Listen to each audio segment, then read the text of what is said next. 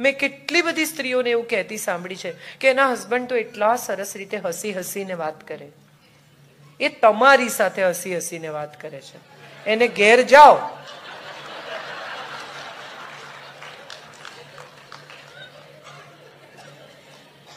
એક બહેને છૂટાછેડા માટે અરજી કરી. પછી સાયકેટ્રિસ્ટે એમના 2 જણાને બેસાડીને કાઉન્સિલિંગ કર્યું, વાત કરી. એટલે પત્નીને પૂછ્યું કે ભાઈ તને વાંધો શું છે? તો કે આ મારો વર યાર ઘરમાં બિલકુલ મદદ કરતો નથી, બધી જવાબદારી મારી. વિદેશની વાત છે કે મારી બધી જવાબદારી, વાસણ મારે કરવાના, આ મારે, મારાથી નથી થતું, હવે બસ મારે નથી રહેવું એની સાથે. એટલે સાયકેટ્રિસ્ટે પતિને બોલાવીને કહ્યું, કાઉન્સિલર, મેરેજ કાઉન્સિલરે, કે થોડીક મદદ કરો ને યાર, સીધી વાત છે, આટલું કરો તો શું પ્રોબ્લેમ છે? પતિને બી વિચાર આવ્યો કે વાત તો સાચી છે. ઘરે પહોંચી ગયા વહેલા 4 વાગ્યામાં, જઈને બધું સાફસૂફ કરી નાખ્યું, વાસણ કરી નાખ્યા, રસોઈ થોડી કરીને મૂકી દીધી, વાઇન સરસ રીતે પોર કરીને ગ્લાસ ગોઠવ્યા. પત્ની આવી, એણે બધું જોયું અને એકદમ પતિને ભેટીને રડવા લાગી. તો પતિએ કહ્યું, કેમ, શું થયું? તો કે તમે તો સાચે છૂટાછેડા લેવાની તૈયારી કરવા માંડી. નહોતા કરતા તો વાંધો હતો, કરે છે તોય વાંધો છે. બહુ જ સુંદર કથા છે એક મારો અસબાબ કરીને. એક બેન બહારગામ જવાના છે, પોતાના પતિને બધું સમજાવીને જાય છે કે અહીંયા ખાવાનું છે, અહીંયા આ છે, અહીંયા આ છે, ગેસ બંધ કરજો, ફલાણું કરજો, ગીઝર બંધ કરજો, આ કરજો. અઠવાડિયું બહારગામ જઈને પાછા આવે છે. આવતા આવતા વિચાર કરે છે કે ઘર ગંદુ હશે, પીવાનું પાણી નહીં હોય, આમ હશે, આ તો આવો જ છે. પાછા આવે છે અને જુએ છે કે ઘર ચોખ્ખું છે. બાઈને બોલાવીને નાસ્તો બનાવડાવી રાખ્યો છે, પાણી ભર્યું છે, કપડાં ધોઈને સરસ વાળીને મૂકી દીધા છે, ચાદરો બદલી નાખી છે. અને બહુ સરસ લાઈન લેખિકાએ લખી છે કે મને એવું લાગ્યું કે મારો અસબાબ લૂંટાઈ ગયો. કોઈ આપણા પર ડિપેન્ડન્ટ હોય, આપણને ગમતું હોય તો એની ફરિયાદ ન કરો. અને જો કોઈ આપણા પર ડિપેન્ડન્ટ છે, આપણને ન ગમતું હોય તો એ વિશે સ્પષ્ટ રહો. પણ મજા એ છે કે કહેવું એમ છે કે હું નહીં જાઉં ને ત્યાં સુધી એ જમશે નહીં. આ વાતનું ગૌરવ છે કે દુઃખ છે એ વિશે ક્લેરિટી નથી. કાં તો બહુ જ ગમે છે કે હું નહીં જાઉં ત્યાં સુધી હું પીરસીશ નહીં, ત્યાં સુધી જમશે નહીં. નથિંગ લાઈક ઇટ યાર, આઈ નો હી લવ્સ મી. અને કાં તો તમે ફરિયાદ કરો કે યાર એટલો બાલિશ, બોલ હવે આ ઉંમરે પણ હું જાઉં. આ બેની વચ્ચે કંઈ નથી. મજા એ છે કે આ મૂડ સ્વિંગ છે, કદીક ગમે છે ને કદીક નથી ગમતું. હવે સામેના માણસને કેવી રીતે સમજાય કે આજે ગમશે કે નહીં ગમે? હમણાં થોડા વખત પહેલા ગોવા ફિલ્મ ફેસ્ટિવલમાં, ના આ બધું આ મારે કહેવું જ છે, હું વખાણ કરવા નથી આવી. હમણાં ગોવા ફિલ્મ ફેસ્ટિવલમાં એક બહુ સરસ શોર્ટ ફિલ્મ જોઈ મેં. પતિ પત્ની બેઠા છે ડાઇનિંગ ટેબલ પર અને પત્ની કહે છે કે મને યાર આજે બહુ માથું દુખે છે, ઓફિસ નથી જવું. એટલે પતિ કહે છે કે એવું તો થાય, ઓફિસ તો જવું જોઈએ, કામ કરવું જોઈએ, યુ નો, તું એકવાર જઈશ તો. એટલે પત્ની ગુસ્સે થઈ જાય છે અને એને કહે છે all I need is a હગ and a little pampering. આટલું ભાષણ શું કરે છે? એટલે પેલો કહે છે અચ્છા ઓકે. પછી તરત નેક્સ્ટ થોડા વખત પછી ફરી એક દિવસ પત્ની કહે છે કે મને માથું દુખે છે. એટલે પતિ આમ આવીને વાલ કરે કે આગોરે માથું દુખવાની ગોળીને એક ગ્લાસ પાણી લાવ. ઓકે, હવે એ સમજી ગયો કે આ આમ છે. પછી પાછું થોડા દિવસ રહીને કહે છે કે આઈ એમ નોટ ગુડ, મને માથું દુખે છે. એટલે પતિ એક હાથમાં માથું દુખવાની ગોળી, પાણી અને આમ હગ લઈને ઊભો રહ્યો કે આ 3માંથી શું જોઈએ છે. એટલે પત્ની એની સામે જોયો ને કહ્યું કે જો એટલું પણ ના સમજાતું હોય ને તો તારી જોડે રહેવું નકામું છે.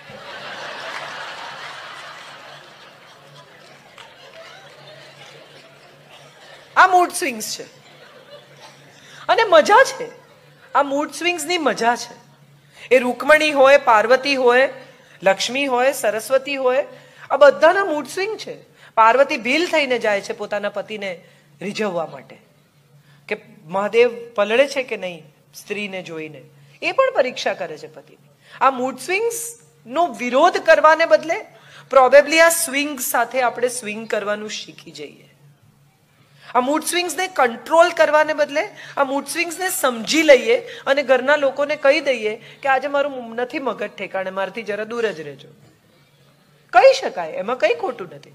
આપણો ક્રોધ આપણને સમજાઈ જાય ને એનાથી ઉત્તમ બીજી કોઈ સ્થિતિ જ નથી.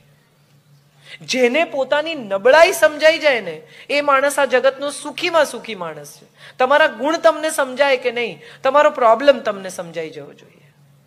એટલે શાંતિ માટે એ પણ જરૂરી છે કે તમારા મૂડ સ્વિંગ્સ તમે ઓળખી જાઓ, તમે શાંત થઈ જાઓ, સામેના માણસ પાસેથી વધુ પડતી અપેક્ષાઓ રાખવાનું ઓછું કરી નાખો. કેટલી બધી સ્ત્રીઓ મને એવું કહેતી મળી છે કે એમને તો ડેટ જ અમારી એનિવર્સરીની યાદ નથી રહેતી. વેરી ગુડ, મારા વરને નથી રહેતી. મેં એવું નક્કી કર્યું છે કે એને આગલે દિવસે કહી દેવાનું કે કાલે આપણી એનિવર્સરી છે. સરળ રસ્તો છે. તમે આખો દિવસ રાહ જુઓ કે એને યાદ રહે છે કે નહીં, અને પછી રાતે 10 વાગે ઝઘડો માંડો કે મને ખબર જ હતી કે તને યાદ તો ગઈકાલે કહેવું જોઈએ. તને જો ખબર જ હતી તો. હમણાં આ વર્ષે મારા લગ્નને 25 વર્ષ પૂરા થયા એટલે મેં એને કહ્યું, મેં કીધું ગિફ્ટ લઈ આવજે. એટલે મને કે શું ગાંડા છે? મેં કીધું ના ગિફ્ટ લઈ આવજે, હું તને સિરિયસલી કહું છું. એટલે એનો બપોરે મેસેજ આવ્યો કે ગિફ્ટ લાવવાની છે, સિરિયસ છે? મેં કીધું એકદમ સિરિયસ. એટલે સાંજે 2 વ્હીલર લઈને ઘરે આવ્યો, ડાયમંડની વીંટી લઈને. મેં કીધું તારી ગાડી ક્યાં ગઈ? કેમ 2 વ્હીલર પર આવ્યો? કે ગાડી વેચીને તો તારી વીંટી લીધી. મારી ભાણીનું 2 વ્હીલર, એવું કઈ કોઈ ગાડી વેચે નહીં, પણ મજા એ છે કે આ સેન્સ ઓફ હ્યુમરની જગ્યા રહે છે. મારી ભાણીએ મને પૂછ્યું કે મામી તમને વીંટી ગમી? એટલે મેં મારી ભાણીને કહ્યું, મેં કીધું વીંટી ગમી કે નહીં એ બહુ દૂરનો પ્રશ્ન છે, 25 વર્ષે મારી આંગળીનું માપ યાદ છે ને એનો આનંદ છે. See, life is a very little thing. It's a very small thing. આપણે બધા મોટી મોટી ખુશીઓ 40 વર્ષ કઈ ઉજવવાના, 40th બર્થડે પેલે સરપ્રાઈઝ કરે ને અંધારું કરે ને બધા ભેગા થાય ને પછી લાઈટ કરે, હો ને એ પણ વાવ. ત્યારે મને એમ થાય એને નહીં ખબર હોય યાર ઘરમાં જે ચાલે છે એને કોકે ને કોકે કહી જ દીધું હોય, પણ એ પણ તમને ખુશ કરવાનો પ્રયત્ન કરે છે, તમે પણ એને ખુશ કરવાનો પ્રયત્ન કરો છો. તો એનું આટલું બધું જાહેર પ્રદર્શન કરવાને બદલે ક્યાંક સરસ નાનકડી quiet beautiful evening, looking at life once again, sitting together, spending some time, talking about it, bringing a best music that she likes. કેટલી બધી સ્ત્રીઓ એવી ફરિયાદ કરે કે મારા માટે કંઈ લાવતા જ નથી, આટલું બધું ફરે, બોલો કોઈ દિવસ લાવે નહીં. પતિ બિચારો એક દિવસ નક્કી કરે હું કંઈ લઈ જાઉં, સાડી લાવે, ગિફ્ટ રેપ કરાવે, આપે, ખોલે, green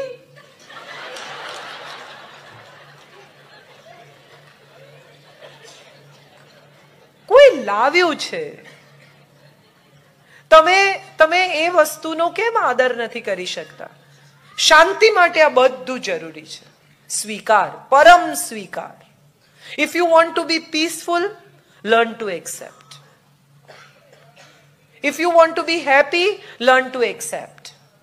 If you want to be absolute peaceful with yourself, accept what is happening around you. Accept people the way they are.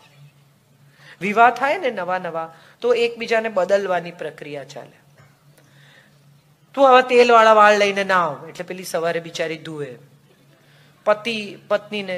પત્ની જે થનારી હોય પતિને કે આવા ટાઈટ બ્લાઉઝ જેવા શર્ટ ના પહેરો, આવી ફેશન નથી. એટલે પતિ બિચારા બધા ટાઈટ શર્ટ કાઢી નાખે, લૂઝ શર્ટ પહેરતા થાય. આવી રીતે ચા રકાબીમાં કાઢીને ના પીવો સબડકા બોલાવીને, એ બિચારા છોડી દે. તું આવી રીતે હાથથી દાળ ભાત ના ખા, એ છોડી દે. અને 5 વર્ષ પછી પહેલી ફરિયાદ શું કરે? તમે બહુ બદલાઈ ગયા. આપણે બદલ્યા કેમ? જે છે એવા આપણે ચાહી નથી શકતા માણસો. કેમ દરેક વ્યક્તિ વિશે આપણને ફરિયાદ છે? એ આપણે આપણી જાતને પૂછવાનું છે. આમાં આટલું બદલો, આમાં આટલું બદલો, આમાં આટલું. કોઈ પણ ચીજ એઝ ઇટ ઇઝ ગમે નહીં તો એમ માનવું કે આપણામાં કંઈક ખરાબ છે, કોઈનામાં નહીં. અને બહુ નાની પણ બહુ મહત્વની વાત એ છે કે મોટા ભાગની સ્ત્રીઓને ક્રોધ આવે ને ત્યારે જીભ પર કંટ્રોલ નથી રહેતો.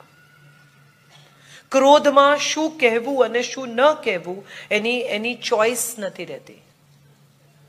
અને પછી એમ થાય કે હું ન બોલી હોત તો સારું થાત. અરે રે, મેં ક્યાં આવું બધું કહ્યું. એને બદલે એક ક્ષણ જાતને આપવી અને પૂછવું કે આ જે હું કહેવા જઈ રહી છું એ કહેવું જોઈએ કે ન કહેવું જોઈએ. અને જો ન કહેવું જોઈએ તો ન કહેવું. દરેક માણસમાં એટલી ઇન્ટેલિજન્સ હોય જ છે કે એને સમજાય કે કશું ખોટું થયું છે. સાઉથ ઇન્ડિયન પિક્ચરની જેમ 3 તમાચા મારીને હમણાં જ સમજાવવાની જરૂર નથી. એને પણ સમય આપો. સામેનો માણસ પણ સમજતો હોય છે. થોડો સમય આપો. કોઈ પણ પરિસ્થિતિને, બે લોકોને, તમે વિચાર કરો, આ હાડકાનું, હું તો તમને સાદો દાખલો, પ્લાસ્ટર કરે, હાડકું તૂટે તો શું કરે? પ્લાસ્ટર કરે. કેમ? જોડીને એઝ ઇટ ઇઝ રહેવા દે થોડા દિવસ, તો ધીમે ધીમે હાડકું સંધાય. સંબંધમાં પણ તિરાડ પડે ને તો શાંતિનું પ્લાસ્ટર કરી દેવાનું, એની મેળે એ સંધાઈ જાય. આપણે બધા સમજ્યા વગર હમણાં જ, અત્યારે વાત કરો મારી સાથે, હમણાં ને હમણાં કશું થવાનું જ નથી. અને માફી માંગે ને પછી મજા એ આવે કે સોરી કે ને એટલે તરત મેં સોરી તો કહ્યું, હવે તો મૂડ સારો કરો. તરત કેવી રીતે કોઈનો મૂડ સારો થાય? દરેક માણસને એટલું લિવરેજ આપવું એ આપણી જવાબદારી છે. આ શાંતિ એ બીજી શરત છે.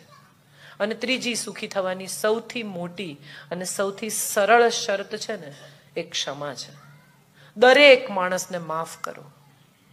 બહુ સરસ મને એક શેર ગમે છે, कुछ ऐसे मैंने अपने को आजाद किया, कुछ ऐसे मैंने अपने को आजाद किया, कुछ लोगों से माफी मांगी, कुछ को मैंने माफ किया.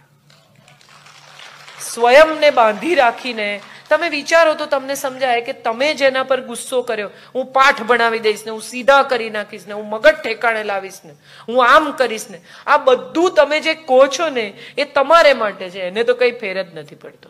એ તમારા મગજમાં વગર ભાડાની જગ્યા રાખીને રહે છે.